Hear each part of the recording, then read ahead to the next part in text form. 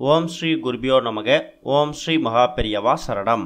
June 5 புதன்கிழமை இன்னைக்கு கார்த்திகை நட்சத்திரம். அதுவும் வைகாசி மாதத்தில் வரக்கூடிய கார்த்திகை நட்சத்திரம்.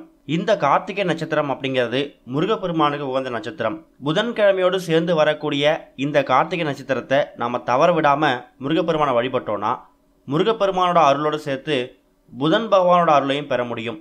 அதனால் கல்வி, செல்வம், இது மாதிரி 16 செல்வங்களும் நமக்கு கிடைக்கும். இன்னைய தினம் நீங்கள் செய்யக்கூடிய ஒரு எளிமையான வழிபாட்டு முறையை தான் இப்போ பார்க்க போகிறோம். செல்வ செழிப்போட வாழணும் அப்படின்னு நினைக்கிறவங்களுக்கு பணம் ஒன்று மட்டும் பத்தாது. பணமும் ஒரு வகையான செல்வம் தான். மீதி இருக்கக்கூடிய 15 செல்வங்களும் கிடைக்கணும்.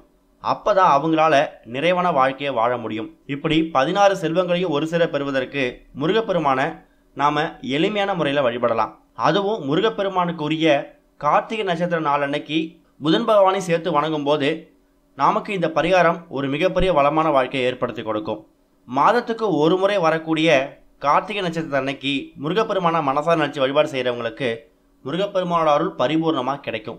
முழு உபவாசம் இருந்து கார்த்திகை நட்சத்திர அன்னைக்கு மாலை நேரத்தில் முருகப்பெருமானோட அபிஷேக ஆராதனைகளை பார்த்துட்டு விரதத்தை கைவிடலாம். ஆனால் உடல்நல பிரச்சனை காரணமாக அப்படி இருக்க முடியாது. அப்படிப்பட்டவங்க ரொம்ப எளிமையான ஆகாரம் எடுத்துக்கிட்டு இந்த கார்த்திகை விரதத்தை கடைபிடிக்கலாம். இன்னைக்கு நீங்கள் எழுந்து சுத்தபத்தமாக குளிச்சுட்டு முருகப்பெருமான் படத்தை சுத்தம் பண்ணி சந்தன குங்குமம் பொட்டு வச்சு பூக்களால் அலங்காரம் பண்ணுங்க. முடிஞ்சால் முருகப்பெருமானுக்கு உகந்த பாடல்களை பாராயணம் பண்ணுங்க.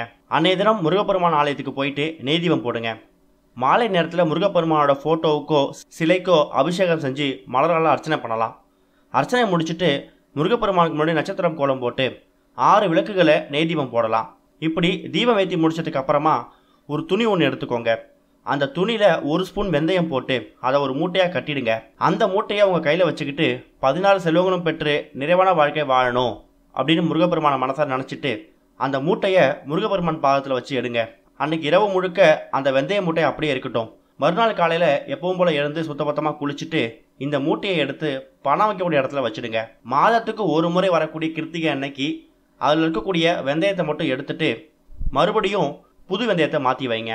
இந்த மூட்டையை வைக்கிறதுக்கு முன்னாடி முருகப்பெருமானுக்கு கற்பூர ஆரத்தி காமிச்சிட்டு அந்த மூட்டையையும் அந்த கற்பூர ஆரத்தில் காமிச்சிட்டு அதுக்கப்புறம் கொண்டு பீரோவில் வைங்க.